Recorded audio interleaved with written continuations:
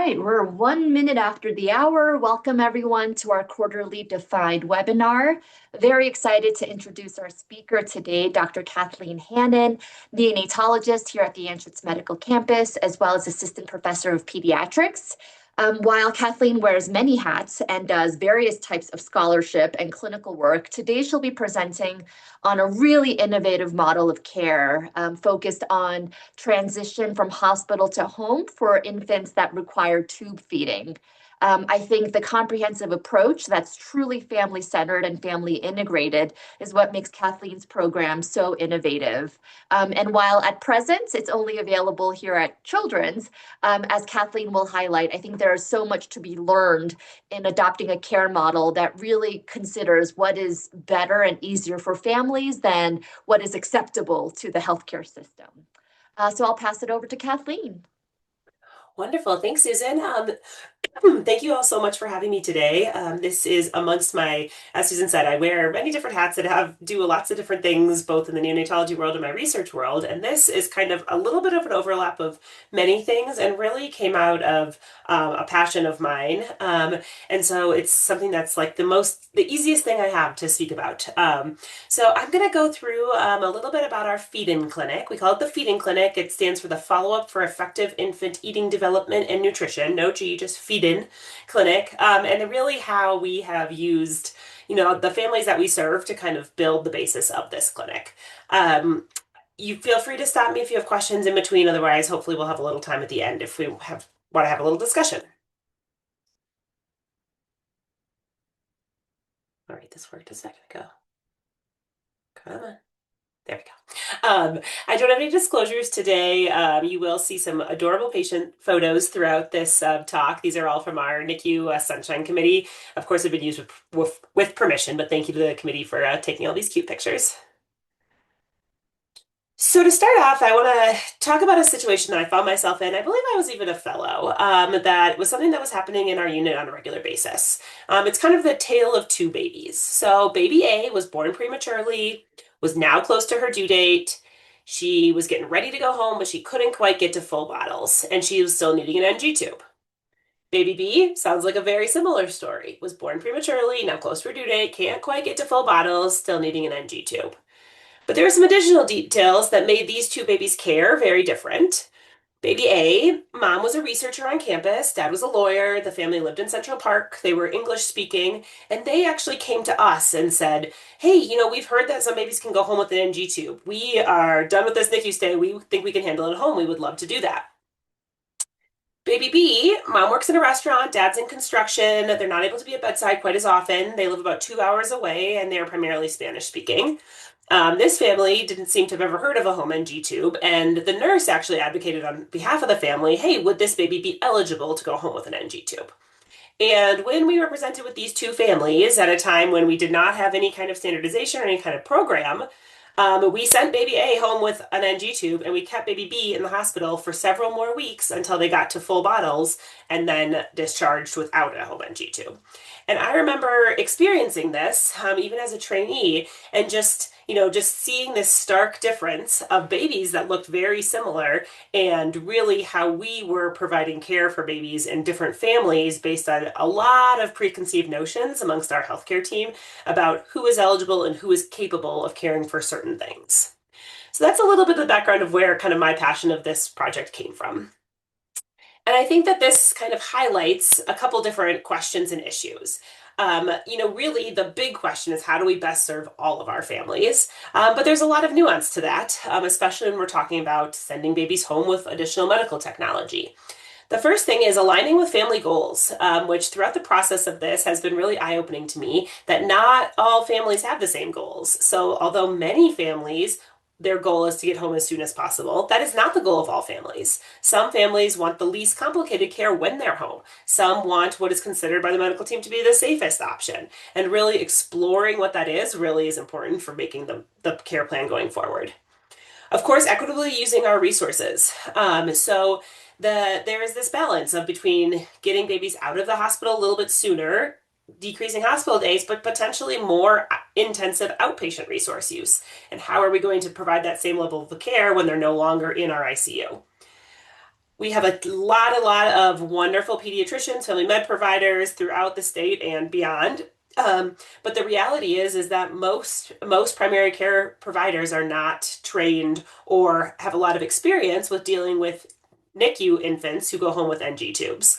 As many of you who have children probably know, that our pediatricians are wonderful, but they are on a time crunch and they often have 15-minute appointments. And adding this extra burden to the care for these infants, which can be somewhat complicated, is not always a feasible option. The additional potential for increased emergency room use. So, sending a baby home with technology that parents have to manage at home, that brings up the issue of, are they just going to end up in the ED all the time? And then coming back to the question of, who do we deem capable of certain interventions? So things that, we see some families are able to be easily trained for, but some families might not be good candidates because they can't learn that. And then there's always the risks and benefits of the therapy, and then also of the alternative. I say this over and over and over again to families in the NICU, but no matter what we do, there is always a downside. So if we send a baby home with an NG tube, the downside is that they might pill it out. You might have to put it back a lot. They might continue to need it for many months. And then we might still be talking about a different kind of tube. And the alternative is to stay in the NICU, and there are clearly downsides to that. So really kind of helping families weigh the downsides to the different decisions and the different options that we have. And when we think about kind of how we are going to get babies home from the NICU, those of you who spend a lot of time in the NICU and work there have seen a similar graph probably many times. This kind of NICU road to home. After we're through the intensive care days, the day-to-day, babies enter this really convalescing phase where they have to meet certain milestones so that their care can be transitioned from the hospital to their home. And some of those are quite straightforward. So temperature regulation, they can't be under the warmer. They have to be able to be in normal baby clothes and normal swaddles. They have to show us that they can grow. They have to be in a low oxygen requirement. Most of our babies, as most of you know, go home on oxygen, but it has to be a reasonable amount. They have to have no events where they're having pauses in their breathing or drops in their heart rate. And then really what is often the last thing that babies need to achieve is have to be able to get the full amount of nutrition they need to grow. And typically that is through oral feeds, either through breast or bottle feeding. But this step, especially for premature infants, can be really challenging. And up to a third of premature infants have oral feeding dysfunction, where they have trouble getting to full oral feeds. And the most common treatment for this is simply more time. We say this to families all the time. The baby's immature. They have immature swallowing. They need time to mature and practice. And that is what will get them there. But that time can range from a couple days for some infants to weeks or even months. And so when we are waiting for a baby to get to full oral feeds, we really have a couple options. The baby can stay in the NICU until they get there. We can recommend a surgical G-tube placement where they go under anesthesia for a surgery that puts a tube directly into their stomach that can be fed and typically is used for many months or even years. Or they could go home with a more temporary feeding tube option, which for most cases would be a home NG tube. And that's really what we're going to focus on today. And historically, both in our unit and amongst other providers that I've talked to locally, regionally, even across the country, there's a lot of hesitation to sending infants home with home NG tubes. Many clinicians think of a G tube as a safer, more durable option that is often the better option for long-term use. And I'm actually a huge fan of G-tubes. I recommend G-tubes all the time for the right patient, and I manage kids that have G-tubes in the outpatient world, and it's a really great choice for some babies. But for some infants who can achieve certain criteria, a home NG tube is a really nice alternative. Compared to G-tubes, home NG tubes actually have lower length of NICU stay, lower rates of complications, which I think is surprising to a lot of clinicians. We think about the complications with NG-tube placement and the worry of improper placement, but G-tubes actually have a lot more complications and sometimes more serious complications, things like infections, serious leakage, those kinds of things. Those with home NG tubes have fewer ED visits compared to those with G tubes, which I think is a really important point too, that we typically think of, they're not going to be able to get the tube in at home, they're going to be in the emergency room all the time. A really similar sentiment is that if the G tube comes out, which it can, and you can't get it back in, you also have to go to the ED for that. That kind of negates it, and then there are so many more complications with the G tube that the ED visits are significantly higher. And then lastly, the time to full oral feeds, which is often the goal of sending a baby home with any kind of tube feeding, is to eventually get to full oral feeds. Those with the home NG tube get there a lot faster. And this is a little bit of a kind of a murky data point because we're kind of selecting for two populations at times. It's really hard to say, kids who go home with an NG and those who go home with a G tube are exactly the same kind of kid who have the same risk factors, etc. But I do see this in real practice that when you have a G tube, you're going to use it. And when you have an NG tube, babies pull it out. It comes out. You might give them a shot a little bit more often and kind of push them a little bit more that they might get to oral feeds a little bit sooner. And I wanted to highlight one study that was actually done by some of our colleagues here at Colorado. And it looked at a big database that takes data from many, many level 4 children's hospitals. And what they used is they took 3,500 infants who went home with home tube feedings. So that's like the big umbrella of any kind of home tube feedings. And about 39% of those infants were discharged with home NG tubes, and about 61% were discharged with G tubes. And what was really highlighted was that the kids who went home with G tubes, who had surgically placed G tubes, had some statistically different characteristics that even after controlling for some things like prematurity and other diagnoses. And these infants were more likely to be Hispanic and were more likely to have public insurance. Additionally, there was significant intercenter variability, meaning that some centers sent virtually no infants home with NG tubes, and some were sending almost all infants who had home feeding tubes home with NG tubes. And to me, this just really highlights that we are being selective in who we offer this service to, and that we are perhaps not being as objective and as equitable as we possibly could. And so all this together really laid the foundation for developing a program that really sought after the answer of can we equitably and safely discharge more infants from the NICU with home NG tubes and decrease our rates of G tube placement while in the NICU. And so looking at our pre-program data, we used the years 2022 and 2023. The program got started to be formed in 2024. And I will tell you, 2024 is an interesting year when we look at the data because we had a lot of practice creep within our group. So we did not have a formal program in place yet. Yet we saw a lot more infants going home with NG tubes. So we are kind of using that as our washout year. But 2022 and 2023, at Children's Colorado, we had just under 2,400 level 4 discharges, and about 10% went home with home tube feeds. So that's a pretty high percentage. 1 in 10 infants that gets discharged from the children's NICU goes home with tube feedings. And when we broke it down by NG versus G tube, 19% went home with home NG tubes. That was about 14 in 2022, and we actually had a few more discharges in 2023, so the percentages weren't that different. They're right around 20%. And 81% went home with G tubes.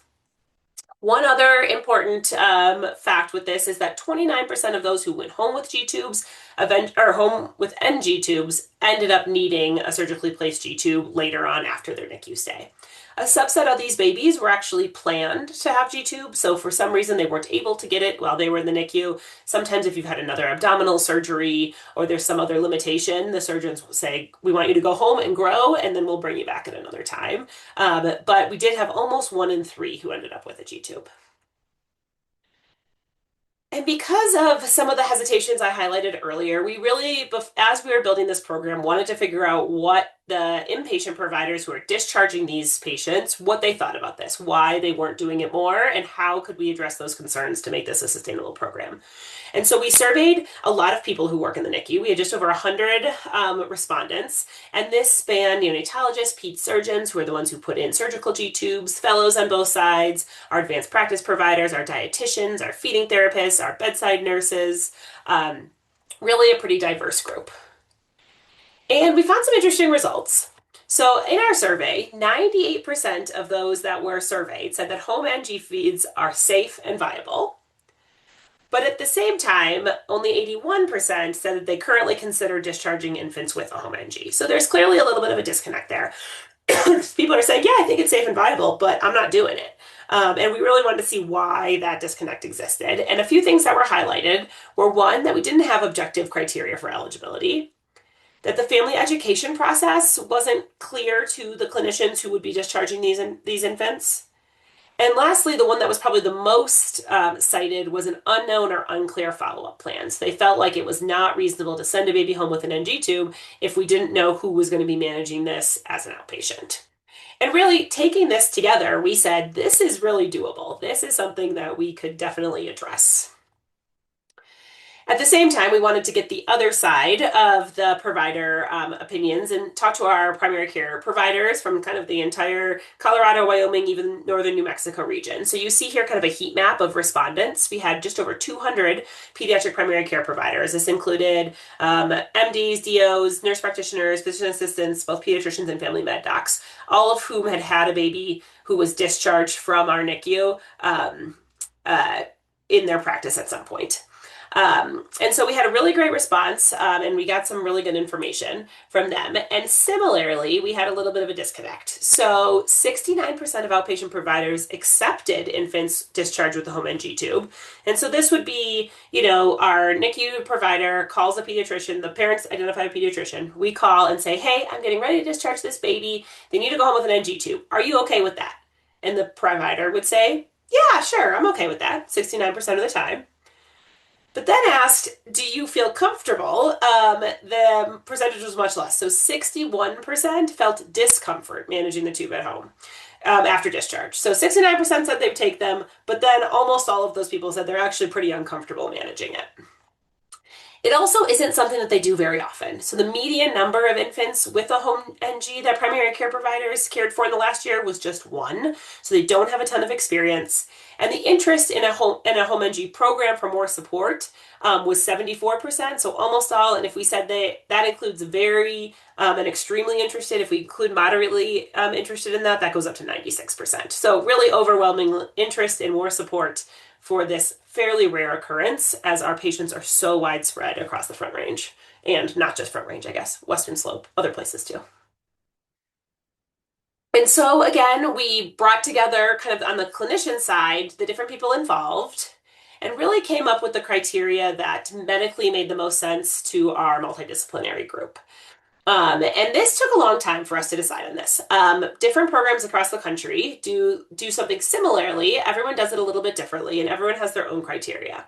And so these are the criteria that we really felt that that fit with our patient population and fit with our providers' comfort level. The ones in white are really some of our kind of more common criteria. If we're going to go home with an NG tube, we said you need to be at least term corrected. So you need to be at least corrected to 37 weeks and at least weigh 2 kilos, and then be on the normal kind of less than an eighth liter of oxygen, have temperature stability, not have events. The ones in yellow in the middle there, these are really the feeding specific ones. So you have to tolerate bolus feeds, meaning you can't be on those continuous drawn out feeds. And then the most important one was really this minimum PO of 30% for 5 days.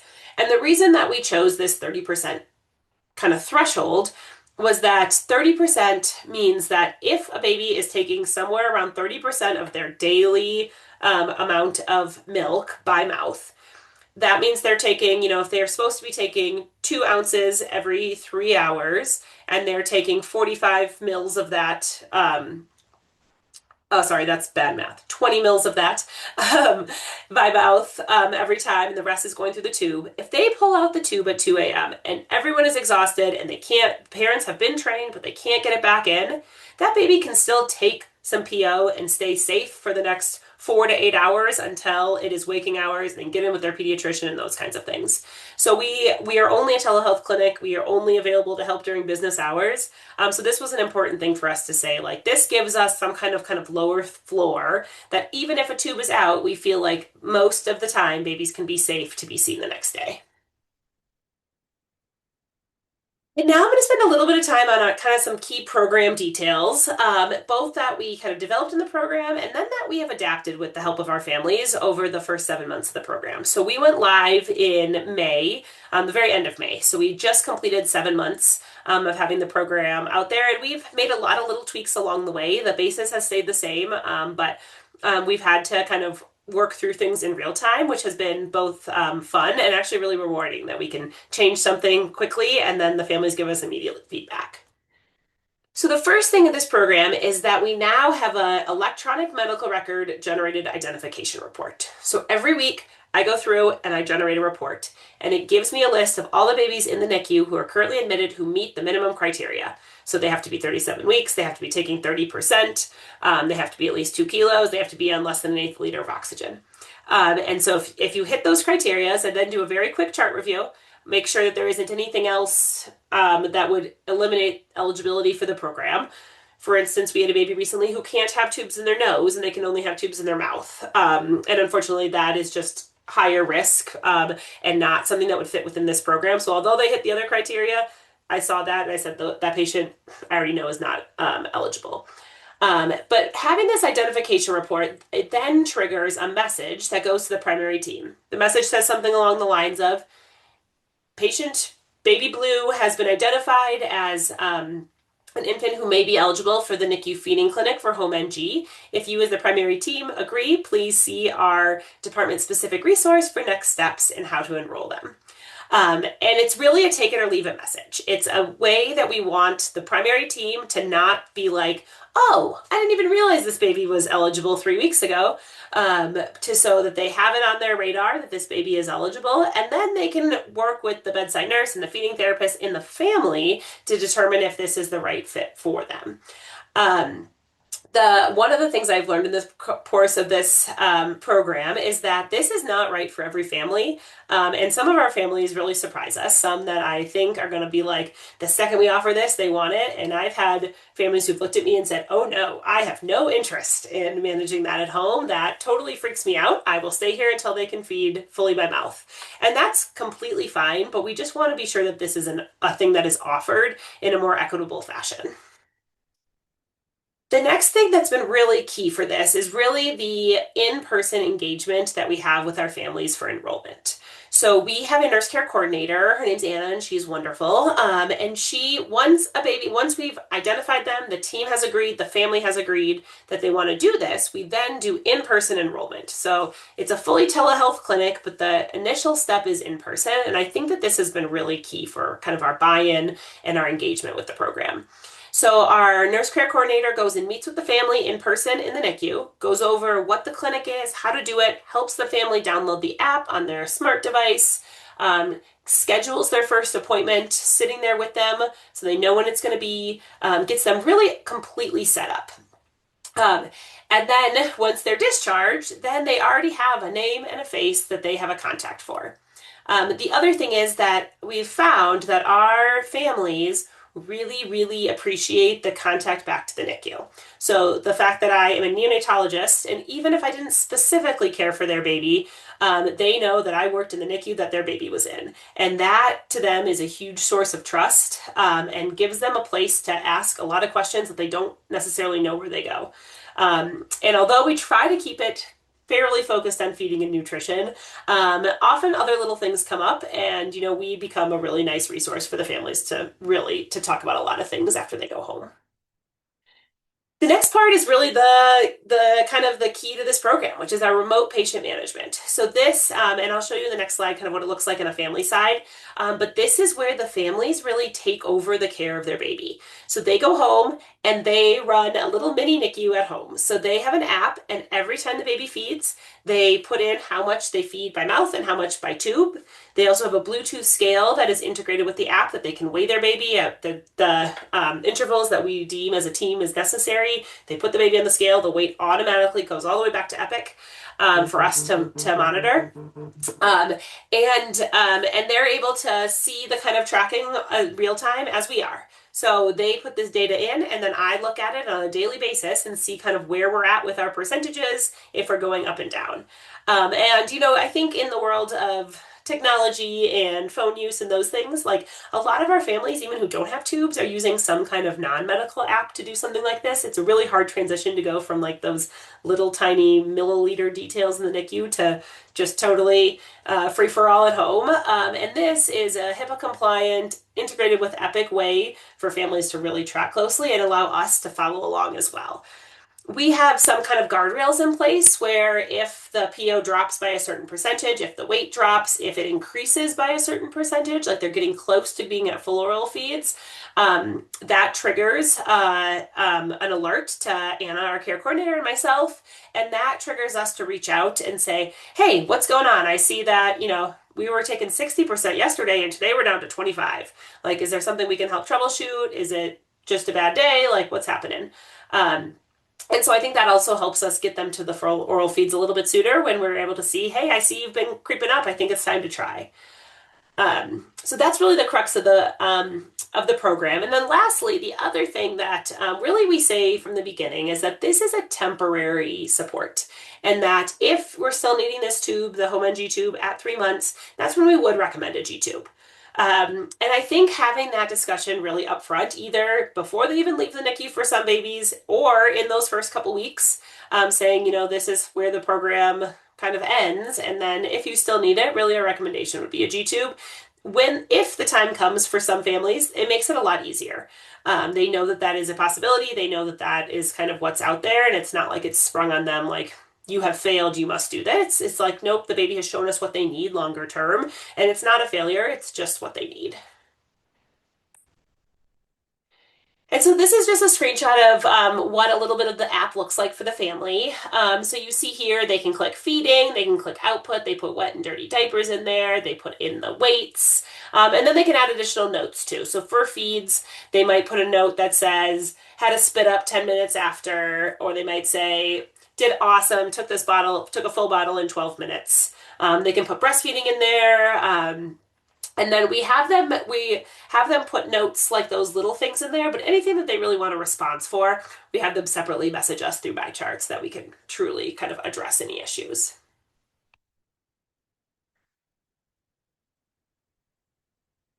And so looking at some of the outcomes from the program, like I said, we have been live for 7 months.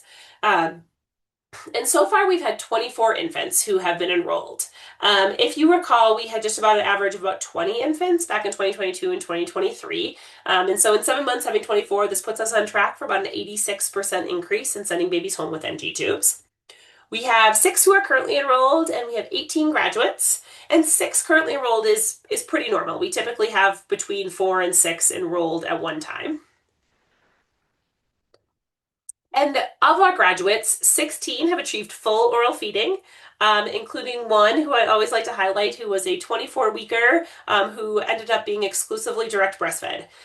So we are able to support, whatever the family's goals are. And although we don't have a lactation consultant in our visits with us, we are able to work directly with them who see mom as an outpatient separately, and have been able to support that really well for a couple of our families. And we have 2 babies who have gone on to get G-tubes. And as I said in the last slide, these babies are not failures. These babies showed us what they needed. And both of these cases showed us, I think, how valuable this program can be. So both of these cases, the baby had been kind of skating along, doing okay, not making huge improvements, but was having kind of more issues with the NG tube. So it was pulling it out, needing it to be replaced quite frequently. And the families called me both separately, totally 2 separate stories, and said, we are done with this NG tube. We would like a G tube placed, and we would like it now. And as you guys know, in the healthcare world, like that's not always the easiest thing to coordinate on a short-term basis. But because we've had our pediatric surgeons really kind of involved in the program since the start, we were able actually to make it happen for both of those families within a week of when they requested the G tube. So these are families that I had brought up G tubes in the past, and I had said something along the lines of, I'm fine continuing with a home and G tube as long as it's working for you and your baby. But if at any point this isn't working anymore and you want to go towards a G tube, you just let me know. And that's exactly what they did. And both of those families really came back to me and said, you know what? We don't regret going home with the NG tube. It was great. We gave it a try. We got home. We saw what life was like with it, and it made our decision for getting a G tube really, really clear that that was the right thing. Um, and I think that's so powerful. I was chatting with a family recently whose baby is going to need home tube feedings and probably needs a G tube. I, of course, am one that advocates for an NG when it's appropriate, but this baby probably needs a G tube. But they have an older child who got a G tube, and they felt like at the time the inpatient team quote unquote forced them to get a G tube, and they got this G tube for their older child. They used it for a very short period of time, and then their child didn't need it anymore. And they were really, really traumatized by that experience, and felt like they just didn't have a say in the care. And when I was sitting there talking to them, I was like, if you feel like a G tube's right for this baby now, we can do that. But if you just need some time at home, that's okay too. So those are kind of the stories that we hear amongst our families that really show us that this can be a really powerful thing. Even if the end result is the same, they might either get a G tube in the NICU or get a G tube 2 months later. Some of those babies were going to need that regardless, but having that option for families to go home, be in their home environment with their family, with their support systems to see what life is, I think is just so powerful. Um, and Oh, the one other thing I want to highlight is that we have had two Spanish-speaking only families who've been able to be enrolled. Our app is available in both Spanish and English. We are able to enroll families that speak other languages as long as they can navigate the app in English and Spanish. The visits, the MyChart messages, everything else, like all of our care children's, can be provided in with interpreter services in any language. But I say you have to be able to figure out the app, which you don't need a whole lot of English to be able to click the icon that says feeding and put in the numbers. So we haven't done it yet for a family that doesn't speak English or Spanish, but I do encourage our primary teams to reach out to talk about it, and that would not be a barrier in my opinion. And one thing that we've looked really closely is what does this post-discharge healthcare utilization of these babies look like? If you remember way back to the beginning, I talked a little bit about how we're hopefully reducing NICU length of stay, but we are increasing the intensity of the care that we're providing as an outpatient. So that's kind of a balancing measure that we wanted to keep a close eye on. So amongst our 24 infants, they have a median of 4 feeding clinic visits. And how these visits work are, after it's scheduled, they are a completely multidisciplinary appointment every time. So it's myself as the neonatologist, our NICU registered dietitian, and then a specialized feeding therapist. And our little trio, sees these patients at every visit and really is able to provide kind of holistic nutrition and feeding care. And it's been a really great collaboration. We each kind of have our own expertise to lend. I kind of see the big picture and kind of the NICU related parts. Our dietitian is looking at the grams per day, the formula changes, if we need to change the calorie concentration, the fortification, the exact numbers that our goals are. Our dietitians also are a wealth of knowledge on the different formulas and options out there that a lot of our families had a lot of questions on. And then our specialized feeding therapist is just so crucial. We actually observe feeds during the visit. So while we're talking and parents are feeding babies, she is giving tips on positioning. We try out different nipples and bottles. All of those things. So the family really gets this kind of full package, all in this 30-minute telehealth visit. The other thing that was really key to this program was that this is completely telehealth based. So these families are coming home from the NICU. They already often have other healthcare appointments, and it's really hard to get these babies out of the house to appointments.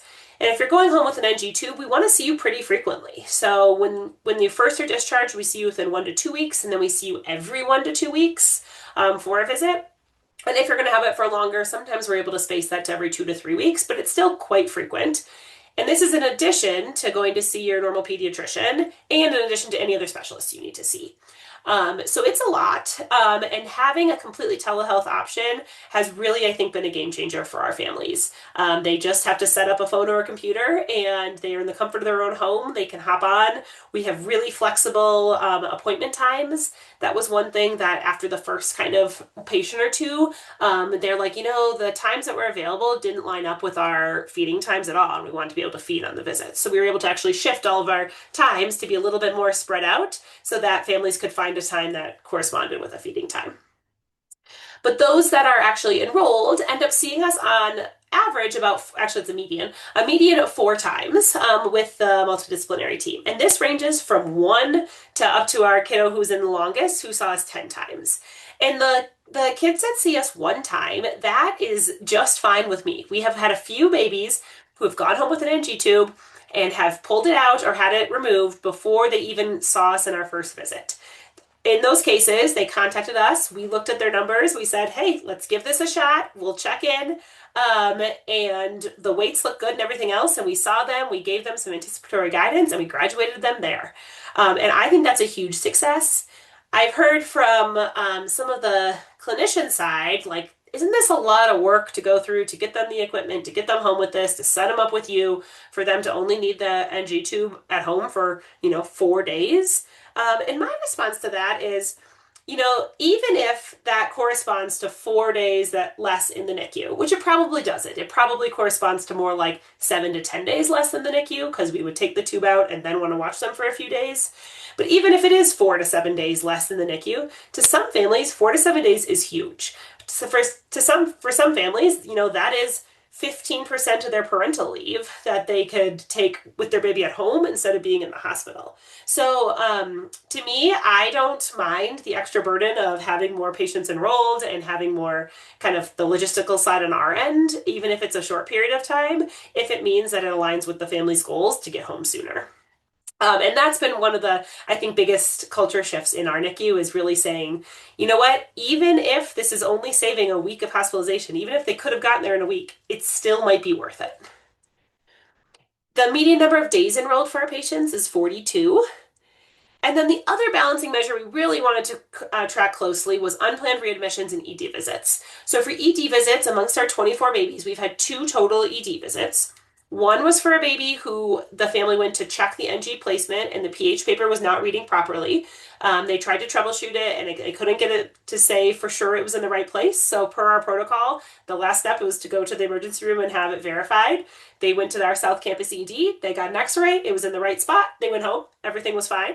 And then the second ED visit was a baby who was having really intractable vomiting, ended up actually being admitted to the hospital, to our hospitalist service, and was found to have really severe norovirus. So we don't count that one against them. That was a kind of unforeseen event not related to the home NG tube. So overall, we've had very low additional healthcare utilization outside of our program and have had 0 feeding related readmissions.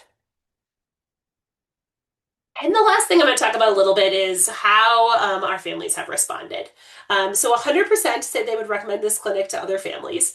And I will tell you that one thing that makes this clinic just really enjoyable to run and to, spend a lot of time tweaking and really doing all kind of the background work for is how excited our families are to have the opportunity to go home with an NG tube.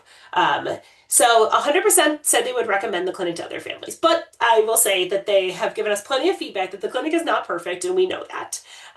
We've had some really, really wonderful constructive feedback, and we ask families for that throughout the process, both when we're seeing them and then at the end. In a second, I'll show you the survey that we give them to see what else we can do to improve and how we can better serve families. I talked about the appointment times. That was really a big thing for a lot of families. There's been a few issues with the Locus app and its kind of user friendliness. A lot of our families ask if they could instead use the Huckleberry app, which is a free app that lots of parents use to track baby feeding and diapers and things like that. And it's a great app. I've used it before myself, but it's not HIPAA compliant and not integrated with Epic. So that's the app we recommend once we graduate them and they no longer use our Locus app, but Locus is really the healthcare side app. And like many things in healthcare, the technology is just not quite as good. The developers weren't quite as, in touch with how to make it as user-friendly as some of the commercially available ones.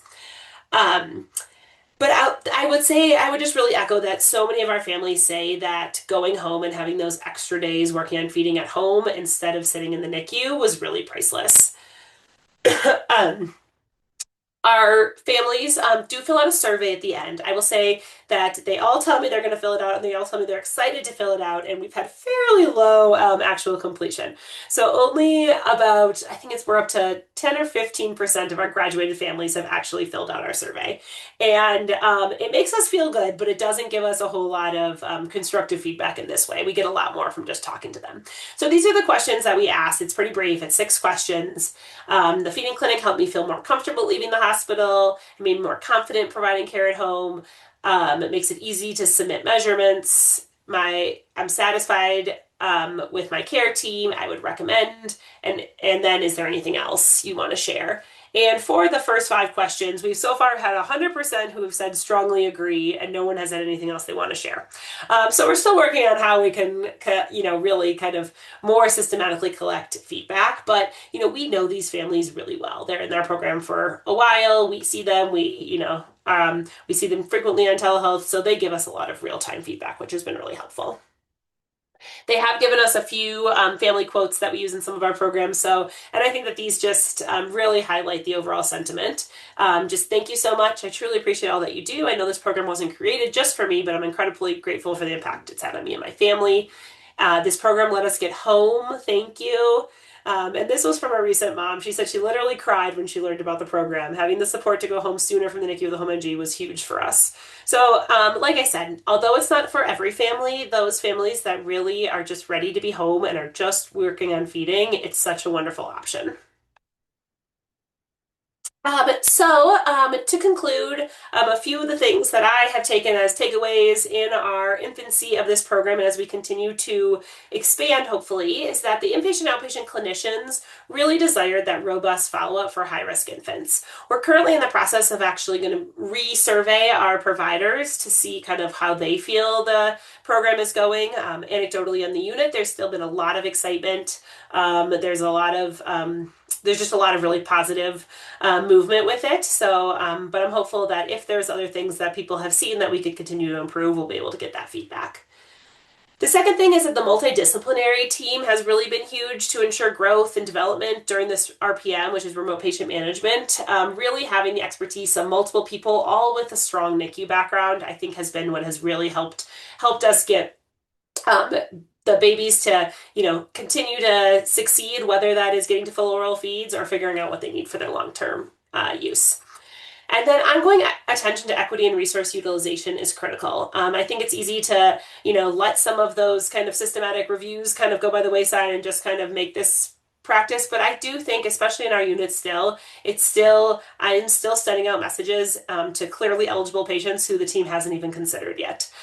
So I think that portion is still a really important part. And as we hopefully expand this to further units, really making sure that that is a core value of the other units we're expanding to. And then lastly, centering family experience not only makes the program enjoyable to run on my end, but has truly had a positive impact on outcomes. And so kind of our next steps for this program is that we're hopeful that we're going to be able to reach a few more hospitals. As many of you know, as neonatologists, we work both at Children's Hospital and the University Hospital. They are separate hospital entities, but we overlap that, and there are some kind of joint venture financial agreements between the two NICUs, and so that's really our kind of next foray. Current state, we often have babies who are struggling with feeding, who either have to stay in the university NICU for quite a long time, or are transferred to Children's before they could be eligible for this program. And really, eliminating that very costly, although just across the parking lot transfer in order to offer this would really be, I think, a huge benefit. Currently we have the capacity to grow and hopefully serve even more families. So with that, here's a few pictures of my own babies feeding at home, and really, as a mom, just thinking about how important those times are and how we can help get other families home as soon as is safe and desirable for them has really been kind of the driver behind this. And I would love to take any questions, feedback, really open for anything. Also included my email address there. So if you're at another center and want to talk more about what this might look like, please feel free to reach out. Thank you so much, Kathleen.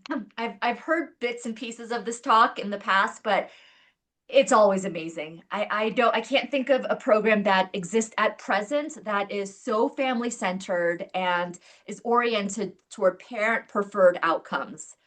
So it's really, really wonderful to see. Let's open it up for questions or comments. I can get us started. You started the talk saying that while the majority of pediatricians would take infants with an NG tube, there was a lot of discomfort. So curious to know if you've been able to get a sense of how the outpatient providers are feeling about this program and how the information collected from your clinic is then transferred to the outpatient providers. Yeah, that's a great question. So we, on a quarterly basis, are actually sending surveys to pediatricians of feeding clinic patients. It's been a little bit of a challenge to get responses. They are busy, and we are limited by, the email or fax number that we have on file in Epic. We have gotten a couple of responses though, and they've all been pretty positive. A few things that has come up is that part of our workflow when I graduate a baby is that we send a letter to the PCP with our last clinic note, which includes typically a plan from either myself or the dietitian about like what feed should look like going forward. So a baby going home on 24 cal feeds, how long would we anticipate these would need, and this is how you would step down if they achieve XYZ. We really try to lay it out for them because the dietitian will be no longer involved in their care. And a couple of the people have said that they have not received these letters. And I think that that's something that we can work on with the children's system. I put in a letter and it says like copied to PCP and I press send. But not as a primary outpatient clinician, I don't know if there's better ways to do that. So that's something that we're working with the Epic team to see if we can do. I will say the clinics that have access to the children's Epic and can see all of our notes really appreciate that. So I can see their PCP notes and they will just put from feeding clinic note on 2-4, keeping at this volume, and we'll recheck weight next week. And so I do see a lot of, indirect feedback that way, that they have that support. And the few pediatricians I have talked to are very thankful that they can focus on the baby's other care. They can focus on, vaccines and illnesses and developmental milestones and all those things, and they don't have to be like, oh, am I supposed to wean this baby from 24 to 22 cal? What's the growth velocity supposed to be right now? Additionally, a lot of the babies that are going home on additional supplements. So both vitamin D and iron, but then also sometimes calcium and phos, sometimes sodium chloride, sometimes things like that we do all the time in the NICU that really are pretty foreign to the outpatient world. And having the dietitian really kind of lead when we need to repeat labs, how we can wean off of those, I think has also been really valuable. Like there's some questions in the chat. The first is the bedside nurse responsible for the teaching? Are there competencies the parents have to check off? Yes, as I was going through this, I was like, oh, I took out my slide about the things that the parents actually have to do before they go home. So yes, so we have a program in place. So at Children's, there is a home NG class, which goes through our Family Learning Center. And so all babies who go home with a home NG have to go to the home NG class. The feedback I've gotten from parents is that this is generally helpful. They go through what the tube is, how to check placement, all of those things, but that it's not necessarily geared at NICU babies. So it's a good overview, but not that practical. But we do require that parents do that. The second thing that we require is that at least one parent replaces the NG at the bedside with the nurse. And most of our families have more than one person who does that. We are happy to train as many as we need, but we just require one. And families repeatedly say that the bedside nurse, just that real-time teaching, is so much more valuable actually than the home NG class. And so as we've thought about expanding, to like the University NICU, for instance, somewhere where it will not have that family resource center specific class, I have sent kids home from the University NICU with an NG, and there they have a really wonderful discharge coordinator team. I think they're called navigators now, who have a lot of experience, who typically do the home NG teaching. And I think that if parents are able to demonstrate, they practice on a doll and then they actually do it on their baby, that has been super helpful. Um, all of our families have been okay with doing tubes. I have a couple families where like mom refuses to and only dad does, or dad refuses to, so only mom does it. We do say, like you're welcome to ask your pediatrician if someone in their office will help you if they're due for a tube change, etc. But very few pediatrician offices offer that. We do have a few home nurses, so often these kids will qualify for a couple skilled nurse visits in their home. And I have had a couple families who've said that the home nurse visit that comes every 2 weeks or whatever it is willing to help them with it. So they've kind of waited to change it then, which has been another good resource. I think that that's been a big concern from a lot of people is how are parents going to do this at home? And they do a great job. They practice in the NICU and then demonstrate their competency and then go off and do it on their own. So. Great. Question here. Can you share more about objective criteria babies need to meet if goal is to exclusively breastfeed? I know it's rare. Are you still utilizing weighted feeds or sliding scale at home with the NG? Great question. This is the one where we have to be a little bit creative, of course.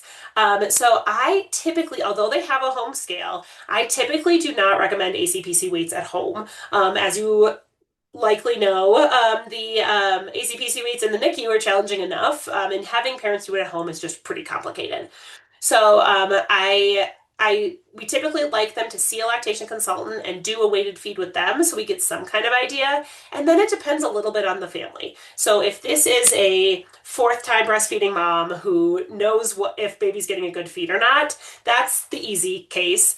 If it's a first time mom who has a, moderate to maybe slightly under supply, those ones are a little bit tricky and we've had to be really creative. I have a patient right now who's doing a little bit more breastfeeding every day. And mom occasionally, she really likes the numbers and occasionally we'll do a weighted feed at home. But we've made a specific sliding scale for him. So we talked about looking at his lactation notes and her visits, kind of what our sliding scale should be for that at home. So if he has a really good feed, we have her just offer 10 mils. If it's an okay feed, we have her offer 25 mils. And if it was not a great feed, then we have her just skip the full feed after. The other thing that our feeding therapists really kind of drill into our families is that they really ideally only want 2 feeding modalities per feed. These families are already focused on feeding all day and all night, and it's a lot. So to say, let's breastfeed, let's give a bottle, then let's gavage, we say that's 3 modes. We got to pick 2. So if you're going to breastfeed, if they consistently take a bottle after, that's fine. But often we're having them breastfeed and then just giving them a little gavage after until they're consistently demonstrating that they are taking a little bit more. So it's definitely a little bit of an art. The families that are breastfeeding, I message with probably almost on a daily basis just because it takes a little bit more tweaking. So it's definitely a little more time intensive. But I think it's totally worth it because, those families, I think that a lot of them are worried after being in the NICU that they won't be able to, achieve their breastfeeding goals. And we say from the beginning that we are very supportive of that and we will make it work however it works for you. Mm. Question from the PVH group. Are you open to referrals from other hospitals? At PVH in Fort Collins, we're starting to send home a few kiddos with NGs, but struggle with coordinated follow-up. Will your clinic be open to referrals to your clinic? If not, if the babies aren't from the U or Children's? And then the second follow-up question was, do you recommend families also follow up with a local feeding therapist or early intervention in addition to your telehealth visits? Yeah, great questions. PVH is very high on our list. We think that this service could be really great for that population similar to the U. So really kind of our expansion ideas would be to first, try it out at the U because currently we don't have a mechanism to get them in if they're not being discharged from us in order to get them set up, etc. But I think have the ability to do that, the logistical ability to do that. And to me, it doesn't make a huge difference. So stay tuned because I would hope that we could expand to at least PVH in the coming, I would say even 6 months. If we can get the university up and running, then PVH would be a very easy next expansion point. And ideally, I would love at some point to have the infrastructure to be able to take referrals from anywhere so that we don't have to have these babies transferred to our level 4 NICU for a feeding evaluation to then just go home.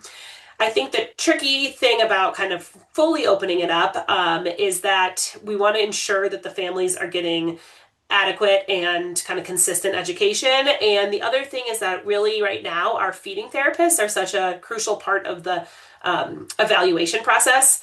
And I know PVH has wonderful pediatric feeding therapists, and we know the team at university, which is wonderful. So like those are easy sells because we can, we know the team is going to talk to those. But hospitals that don't have as much dedicated feeding support, I really rely on them to say, we have ones that might be hitting 30%, and a feeding therapist says, this baby is not safe for home NG feeds. Like they might hit 30%, but they are struggling and nope, this is not a good situation. So that I think that's going to be the challenge. But I'm very hopeful that we can continue to push this even further because that was really, one of the goals to start was that location doesn't matter that much. And it doesn't matter if you live 2 hours from Denver or 10 minutes from Denver, or any big city or any big hospital. Because if you have a G tube and you have an emergency, you have to get to a hospital. And if you have an NG tube and you get to have an emergency, you have to get to a hospital. So to me, that risk is really equal. So the rurality part, et cetera, is not as big of a deal. The one other thing I didn't mention is that currently the babies have to live in Colorado for the telehealth. I am licensed in Wyoming and New Mexico, or Wyoming and Montana, excuse me, not New Mexico. We just had a New Mexico kiddo come up and I said I could not do that one. So sometimes I'm able to make an exception and I just see them on my own and then just kind of curbside. Our dietitian and feeding therapist, the rest of our multidisciplinary team can't practice in Wyoming and Montana, so we're not able to expand there just yet. And I think there was one more question. What was the last one on there? The early intervention are, Oh, yep. yeah. Yep. So we do encourage early intervention, and some of our families are getting specific feeding therapy in addition to our feeding therapy through telehealth. Our feeding therapist is wonderful, and she will reach out to their therapist and kind of talk through things if needed, or just kind of supplement it. But I do think, as much as telehealth feeding therapy is a great option, having someone in the home really seeing the mechanics is super valuable too. For, our routine preemies, like it's not probably quite as necessary who are going to get there in 2 or 3 weeks, but for some of our more challenging kids, I definitely recommend it. Do you require families to go home with a feeding pump or is it gravity feeds? Ooh, great question. We actually do send them all home with a feeding pump. And that has just really been, I think, a children's practice in general. I'm comfortable with letting them do gravity feeds. And I have some families who, I remember one family recently who was going to be traveling and they were trying to figure it out. And the kid wasn't getting a ton of feeds through their tube. And I was like, you can just hook up a syringe and just like push a couple mils every couple minutes. And their mind was blown. And they're like, we're never using the pump again. That's so much easier. So I'm totally fine with it, but it's not typically how we teach them. We teach them on the pump and then we send them home with a pump. And that's honestly probably the biggest downside to the kids who only have a tube for, 4 days at home is that they get all this stuff delivered and then they have to deal with the home care company to come pick it all up. So that's the biggest headache, but most of our families are like, yeah, I can deal with having Aviana call me 14 times to pick this up if it means that I was home. And then I'll have the last question. What happens when you're on vacation? Oh, so great question. So I will say that this is a little bit, this is clearly my passion, and I am truly the clinician who's involved with this. But we do have our whole team. So our nurse care coordinator, Anna, is wonderful. She has some backup care management people who can help as well. So when I'm on vacation, she really fields the majority of the questions. And then we do have a plan for a few of our neonatologists who I haven't called in, but if needed, we're willing to step in and see babies or answer questions when I'm away. I am very, very hopeful, though, that with continued hospital support, that we are able to get more support and more people in here. So it's become a hospital priority to expand our remote patient management. And I have quite frankly told them that this is a passion project of mine that has no current supported time, and that if they want us to expand, that we're going to need more support. So I've had a lot of nurse practitioners who have reached out to me and been like, hey, do you want me to come and do this? And I would absolutely love to be able to support, a point one, point two other position to have kind of a true team that sees these babies. And because I think some of our nurse practitioners, there's a few other of our neonatologists who are interested. I would love to expand our team. So if anyone's interested, you just send me an email and I'll let you know when we get the green light from the powers that be. All right. Well, thanks so much, Kathleen. This was terrific. Thanks Awesome. everyone for joining, and I hope you all have a great afternoon. Thanks all.